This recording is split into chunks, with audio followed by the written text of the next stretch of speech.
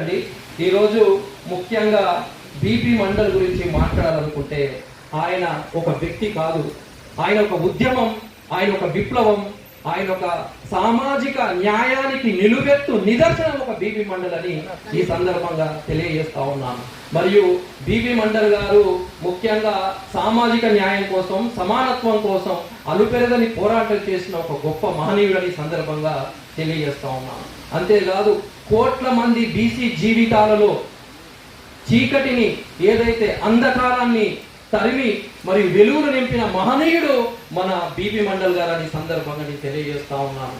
ఆయన నిజంగా 3743 కులాలను, వెనుకబడిన కులాలను గుర్తించి 40 సిఫార్సులు మండల్ కమిషన్ లో పొందుపరిచి నిజంగా ఒక గొప్ప విషయం అని తెలియజేస్తున్నాడు. ఈ 40 ఏదైతే సిఫార్సులు ఉన్నాయో దాంట్లో ఒకటే ఒక సిఫార్సు, విద్యా ఉద్యోగాలలో రిజర్వేషన్లు 20% వచ్చింది. దాని వల్లనే ఎంతో మంది బీసీల జీవితాలు బాగుపడ్డాయి, వెలుగులోకి వచ్చాయంటే ఆ ఒక్క సిఫార్సు అని సందర్భంగా తెలియజేస్తా ఉన్నాను. ఒక్క సిఫార్సుతోనే ఇంత వెలుగులు వస్తే మరి మిగతా సిఫార్సులన్నీ ఎందుకు అటక మీద పడ్డాయని ఈ సందర్భంగా నేను తెలియజేస్తున్నాను. ఈ రోజు ఎన్నో కేంద్ర ప్రభుత్వాలు వచ్చినాయి, మరి బీసీలకు ఏమన్నా చేసిందా అంటే లేదు. ఆనాడు ఒక్క సిఫార్సు కోసం ఆధిపత్య కులాలు ఎన్నో పోరాటాలు ఎన్నో చేసి దానికి క్రిమిలేయర్ కూడా పెట్టి ఈ రోజు చేసిన పరిస్థితి మన అందరికీ తెలిసిందే.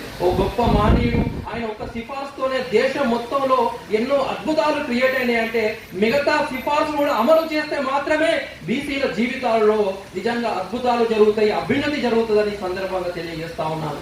అయితే ముఖ్యంగా ఈ రోజు బీపీ మండల్ ఒక యాదవ సామాజిక వర్గ కుటుంబంలో జన్మించిండు.